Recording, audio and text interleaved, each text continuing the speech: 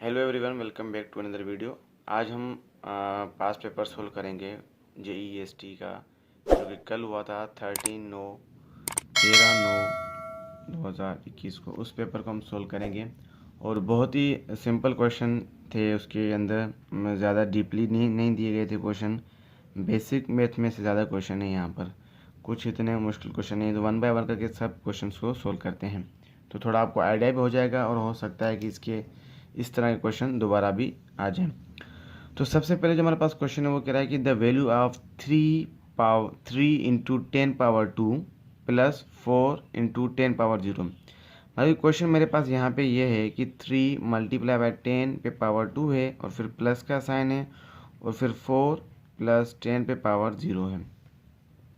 तो ये क्वेश्चन किस तरह से सोल्व होगा।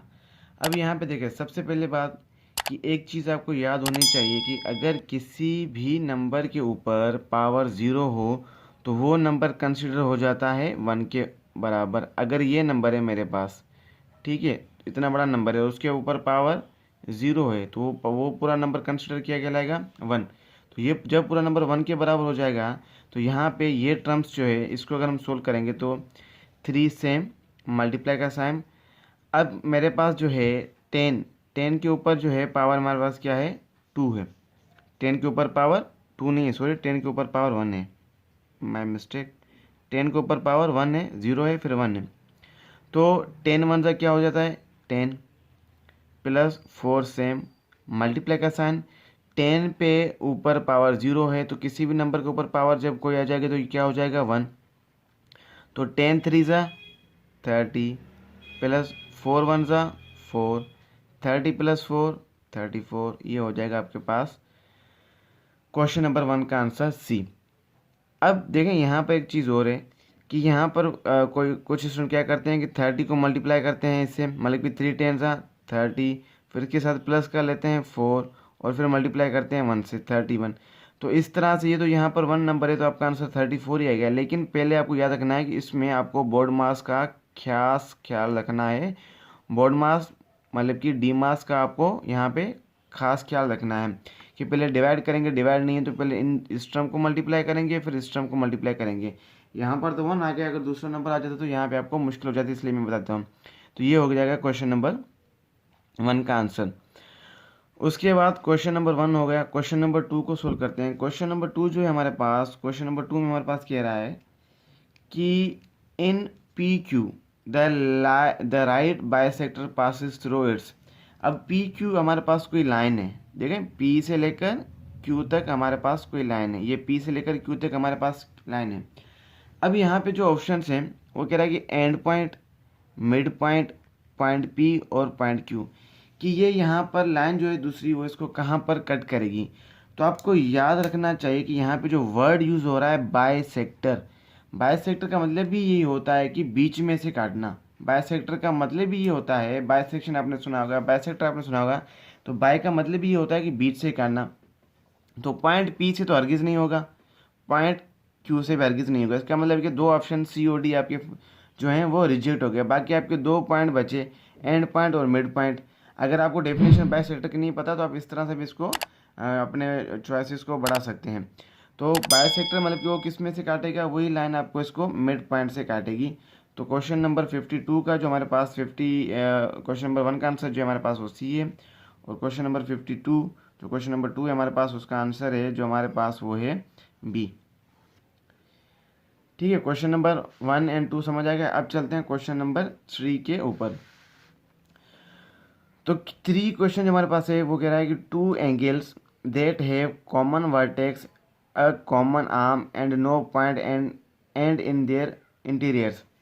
कॉमन वर्टेक्स है, कॉमन पॉइंट है और इनके बीच में कुछ भी नहीं है, तो वो हमारे पास कौन से जो है एंगल्स कहलाए जाएंगे। Obtuse angle, adjacent angle, right angle, reflex angle. देखो बेटा, ऑब्ट्यूस एंगल और एडजेसेंट एंगल, देखो राइट एंगल का तो आपको पता नहीं चाहिए, रिफ्लेक्स एंगल तो होगा नहीं। हमेशा टेस्ट के अंदर कोशिश किया करें कि जितने ऑप्शन आप उसमें से कम कर सकते हैं, ज़्यादा जो जिसकी श्योरिटी नहीं है, मतलब कि आपको पता है कि ये हो ही नहीं सकता, उसको आप हटा दिया करें। आपकी चॉइसेस बढ़ जाएंगी उसके तुक्के लगाने की भी और क्वेश्चन को सही करने की भी। तो डी तो हमारे पास है नहीं, डी हमारे पास है नहीं, तो डी हम क्या कर लेंगे, इसको कट कर लेंगे, डी हमारा होगा नहीं। सी भी इसका नहीं होगा, क्योंकि सी तो आपको पता होना चाहिए कि राइट एंगल ट्राइंगल हमारे पास ये होता है, तो सी और डी तो हुए नहीं, बाकी हमारे पास कौन से बचे, ए और बी। इसका मतलब कि आपके क्वेश्चन के चांसेस हो गए 50-50, आपके क्वेश्चन के चांसेस बढ़ गए। तो जो ए है हमारे पास वो नहीं हो सकता, तो बी है हमारे पास, वही होगा एडजस्टेड एंगल जो है इसका सही ऑप्शन होगा। अब एडजस्टेड एंगल क्या होते हैं हमारे पास, इस तरह के होते हैं कि जिसमें आप इस तरह के हो और उसके अंदर आप जो है कॉमन एंगल और कॉमन वर्टेक्स जो है ना, आप इसमें से आपको मिले, कॉमन एंगल और कॉमन वर्टेक्स मिले, तो उसको हम कहते हैं एडजस्टेड एंगल। अब आते हैं क्वेश्चन नंबर 54 के ऊपर। 54 जो हमारे पास क्वेश्चन है वो कह रहा है कि इफ़ +5, अगर +5, इफ़ +5 जो हमारे पास प्रॉफिट है वो किस चीज़ का प्रॉफिट है, सिर्फ 5 का, RS 5 का, RS 5 का। अब 5 रुपये का हमें मुनाफा अगर 5 रुपये मिल रहा है, अगर वही चीज़ हमारी सेल ना हो या हम सेल नहीं करें या उस चीज़ को कुछ हो जाए, उस चीज़ को हमें कुछ हो जाए, तो हमारा नुकसान भी कितना ही होगा, जाहिर बात है 5 होगा। तो +5 means profit of RS 5, then -5 means अगर 5 रुपये पे हमें फ़ायदा मिल रहा है, तो -5 उसका क्या होगा, जाहिर बात है वो इसका 5 रुपये नुकसान होगा।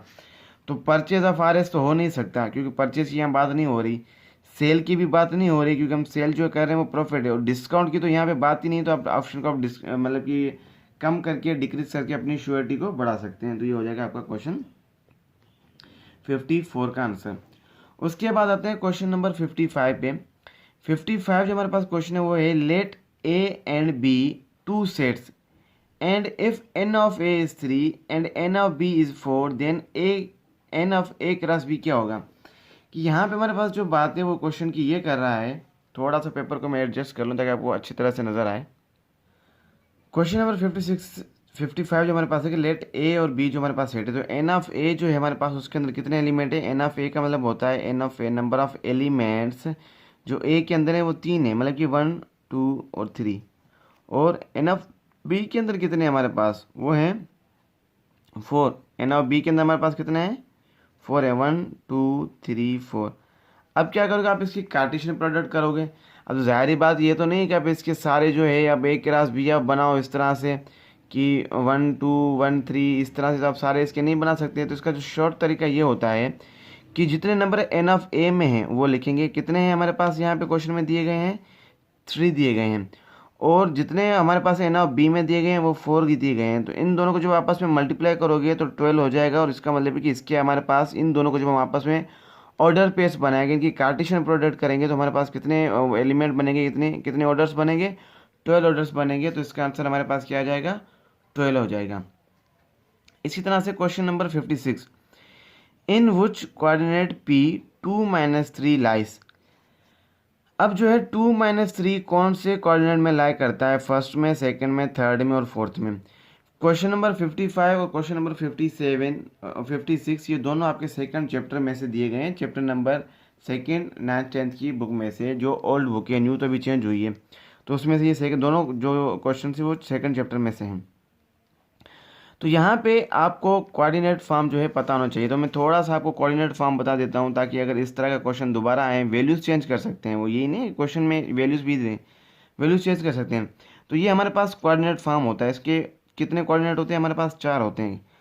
तो ये वाली हमारी लाइन क्या कहलाती है, एक्स एक्सिस कहलाती है, ये वाली लाइन हमारे पास एक्स एक्सिस कहलाती है। तो यहाँ पे पॉजिटिव में एक्स आ जाएगा और यहाँ पे नेगेटिव में एक्स हो जाएगा, ये पॉजिटिव में एक्स और ये नेगेटिव में एक्स। इसी तरह से हमारी ये पास लाइन जो होती है वाई एक्सिस कहलाती है, तो ये हमारे पास पॉजिटिव में वाई हो जाएगा और ये हमारे पास नेगेटिव में वाई हो जाएगा।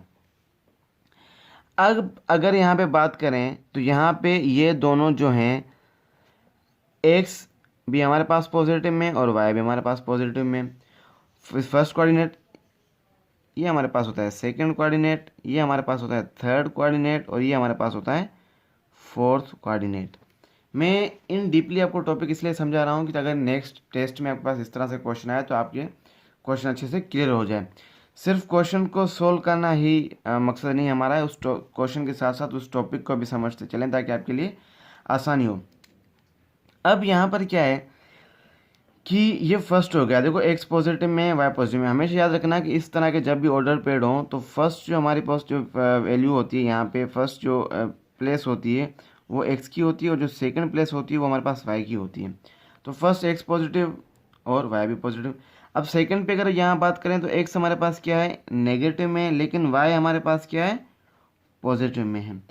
अब थर्ड जो है इसका बिल्कुल अपोजिट होता है। थर्ड जो इसके, अब यहाँ पे दोनों पॉजिटिव हैं, फर्स्ट दोनों पॉजिटिव हैं, तो थर्ड क्या हो जाएंगे, ऑटोमेटिक आपके दोनों नेगेटिव हो जाएंगे। देखो एक्स नेगेटिव एंड वाई भी नेगेटिव। और जो सेकंड और फोर्थ एक दूसरे के अपोजिट होते हैं। यहाँ अगर एक्स नेगेटिव में है तो यहाँ पर एक्स आपका क्या हो जाएगा, पॉजिटिव में, और वाई आपका हो जाएगा नेगेटिव में। देखो एक्स पॉजिटिव और वाई नेगेटिव। इस तरह से आपने कोऑर्डिनेट बना लिए।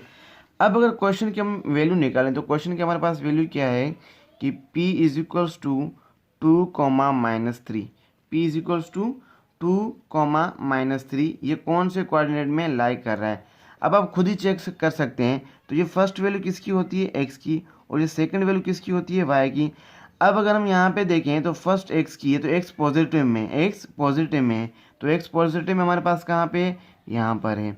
और y नेगेटिव में, तो y नेगेटिव कहाँ पे, यहीं पे। तो इसका मतलब है कि ये वैल्यू जो लाई कर रही है 2-3 इस कोऑर्डिनेट में लाई कर रही है। ये कोऑर्डिनेट हमारे पास कौन सा है, फोर्थ कोऑर्डिनेट है। तो यहाँ पे ऑप्शन में चेक करते हैं। देखो ये हमारे पास फोर्थ पे ही टिक किया हुआ है मैंने। तो ये कौन से कोऑर्डिनेट में लाई कर रहा है, ये फोर्थ कोऑर्डिनेट में लाई कर रहा है। अब चलते हैं क्वेश्चन नंबर 57 के ऊपर। क्वेश्चन नंबर 57 के ऊपर। तो 57 जो क्वेश्चन है हमारे पास, उस क्वेश्चन को अगर हम सोल्व करें तो यहाँ पे हमारे पास एक फॉर्मूला बनता है a² + b²। तो यहाँ पे a² - b² का जो फॉर्मूला है वो तो ये होता है हमारे पास a - b और a + b। ठीक है, a - b और a + b। अगर इस क्वेश्चन के मुताबिक, अगर इस क्वेश्चन में थोड़ी सी ऐसे समझिए कि 80% तक मैं आपको जो है वो बता रहा हूँ, थोड़ी सी इसमें एक चीज़ मिसिंग है जो मुझे समझ नहीं आ रही, फिर भी जो है मैं कोशिश करूँगा कि आपको समझा दूँ। अगर यहाँ पे ये फार्मूला होता, इस फार्मूला यहाँ प्लस की जगह माइनस होता, तो यहाँ पे भी आंसर आपका बिल्कुल सही होता। यही आंसर होता कि a - b की जो हमारे पास वैल्यू है वो क्या है, a - b की जो हमारे पास वैल्यू है वो क्या है, 2 है। तो a - b की जगह हम क्या रखेंगे, 2। फिर a + b की हमारे पास वैल्यू क्या है, 2। अब ये दोनों टर्म आपस में क्या हो रही है, मल्टीप्लाई। 2 2 4, तो आंसर इसका 4 आ रहा है, और यहाँ पे इसका जो करेक्ट ऑप्शन है वो भी इसका 4 है। तो इस तरह से आपका क्वेश्चन नंबर 57 ये होगा इस तरह से। लेकिन इसमें थोड़ा डाउट है, मैं आपको बात पहले ही क्लियर कर दूँ।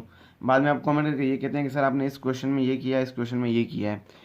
ठीक है, उसके बाद क्वेश्चन नंबर 58 बिल्कुल यही क्वेश्चन है जो मैंने आपको यहाँ पे अभी डिस्कस किया। देखें बिल्कुल ये क्वेश्चन 58 है। अब देखो 58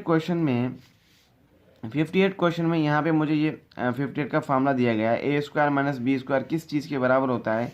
तो a² - b² जो हमारे पास फार्मूला होता है, ये फार्मूला जो हमारा होता है ये हम इस तरह से ओपन करते हैं। तो a² - b² हमारा बराबर होता है a - b और a + b के। a - b a + b। अब ये चीज़ भी नहीं हो सकती, ये भी नहीं हो सकती, ये तो हरगिज़ नहीं हो सकता क्योंकि ये फार्मूला ही नहीं है। तो इसका जो करेक्ट ऑप्शन होगा हमारे पास ये a - b a + b हो जाएगा। ये फार्मूला इन्होंने दिया है, सिंपल फार्मूला दिया है, उस फार्मूला को आपको खोल कर लिखना होता है। ठीक है जी, यहाँ तक समझ आ गया। अब करते हैं क्वेश्चन नंबर 59 को डिस्कस। क्वेश्चन नंबर 59 जो हमारे पास है वो है the polynomial expression x² + 7x + 3 with respect to terms is called binomial है, ट्राइनोमियल है, मोनोनोमियल है और डेसिमल है। तो इसमें से हमारे पास ये क्वेश्चन क्या है। तो डेसिमल तो हरगिज़ नहीं है, इसको आप कट कर दें। बाकी बात आती है बाय, ट्राई और मोनोनोमियल पे, इसी पे आते हैं।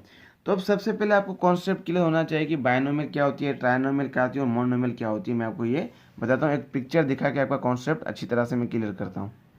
अब यहाँ पे देखें, ये आपका क्वेश्चन मैंने आपको एक्सप्लेन कर दिया। अब देखें यहाँ पे कि किस तरह से हमें पता चले कि कौन सी इक्वेशन बायनोमियल है, ट्राइनोमियल है और मोनोनोमियल है। तो सबसे पहली बात कि आपको जो है यहाँ पर टर्म्स दी गई होंगी। ठीक है, टर्म्स आपके पास होंगी। उन टर्म्स के बाद आपको बताना है कि कौन सी जो है टर्म्स है, मोनोनोमियल है, बायनोमियल और ट्राइनोमियल है। अब फर्स्ट पे देखते हैं। तो यहाँ पे हमारे पास एक ही टर्म है। कितनी टर्म है, एक टर्म है। कितनी टर्म है, एक टर्म है। जब एक टर्म होगी तो हम उसको क्या कहेंगे, मोनोनोमियल। एक टर्म को हम क्या कहेंगे, मोनोनोमियल। जब हमारे पास दो टर्म होगी, एक ये और एक ये, दो टर्म होगी, तो उन दो टर्म्स को हम क्या कहेंगे, बायनोमियल। बाय मीन्स दो, mono means single, try means तीन। अब यहाँ पर हमारे पास कितनी टर्म्स होंगी, एक दो तीन, तीन टर्म्स हैं तो हम इसको क्या कहेंगे, ट्राइनोमियल कहेंगे। कॉन्सेप्ट हो गया। सिंगल टर्म को हम कहते हैं मोनोनोमियल, एक टर्म वाली। दो टर्म्स को कहते हैं बायनोमियल, जिसके अंदर दो टर्म्स हो। तीन टर्म्स को हम कहते हैं ट्राइनोमियल, जिसके अंदर कितनी टर्म्स हो, तीन टर्म्स हो। अब बाज़ दफ़ा कुछ बच्चे क्या कहते हैं कि इसके पावर को कंसीडर करके और वही बताते हैं कि इसके ऊपर पावर दो है तो इसको हम बायनोमियल कहेंगे, ट्राइनोमियल कहेंगे, इस तरह से कहेंगे। नहीं, बाय ट्राइनोमियल पावर्स पे नहीं, पावर्स का ऑर्डर मैटर करता है लेकिन वो किसी और कंडीशन पे, इस पे नहीं। तो यहाँ पे टर्म्स होगी, तो यहाँ पे अगर इस क्वेश्चन की बात की जाए तो अगर क्वेश्चन देखें तो हमारे पास कितने यहाँ पे टर्म्स हैं, एक दो तीन, तीन टर्म्स हैं। तो यहाँ पे ऑप्शन इसका हो जाएगा बी, ये आपके हो जाएंगे ट्राइनोमियल्स। ठीक है, यहाँ पे क्या हो जाएंगे, ट्राइनोमियल्स। चलते हैं क्वेश्चन नंबर 60 की तरफ। क्वेश्चन नंबर 60 जो है हमारा, क्वेश्चन नंबर 60 को हम डिस्कस करते हैं। वो है हमारे पास कि 3a minus 2b square is equal to. अब यहाँ पे ये फार्मूला ओपन करना है, जैसे हम यहाँ पे डिस्कस करके आए, ये भी फार्मूला है और ये भी उन्होंने फार्मूला ही दे दिया है। तो इस क्वेश्चन को आप सोल्व करते हैं, किस तरह से सोल्व करेंगे। फॉर एग्जाम्पल मेरे पास क्वेश्चन जो है वो है ये वाला क्वेश्चन, मेरे पास ये है कि 3a minus 2b square, 3a minus 2b square, और क्वेश्चन जो है हमारे पास है 9a स्क्वायर माइनस दिया गया है, फिर डैश और फिर प्लस 4b स्क्वायर। ये देखो ये क्वेश्चन इस तरह से 3a minus 2b square 9a minus dash 4b square. Question हो गया यहाँ तक। अब क्या करेंगे, हमें पता कैसे चले कि इसका जो है करेक्ट ऑप्शन कौन सा है उसमें। तो ये भी फार्मूला हम ओपन करते हैं। ये फार्मूला हमारे पास, ये फार्मूला है a माइनस बी पे होल स्क्वायर, मतलब कि a स्क्वायर माइनस 2ab और प्लस b स्क्वायर। तो अगर इस क्वेश्चन को हम सोल्व करें तो ये मेरे पास a की वैल्यू है और ये मेरे पास क्या है, b की वैल्यू है। ठीक है, ये मेरे पास a की वैल्यू और ये मेरे पास b की वैल्यू है।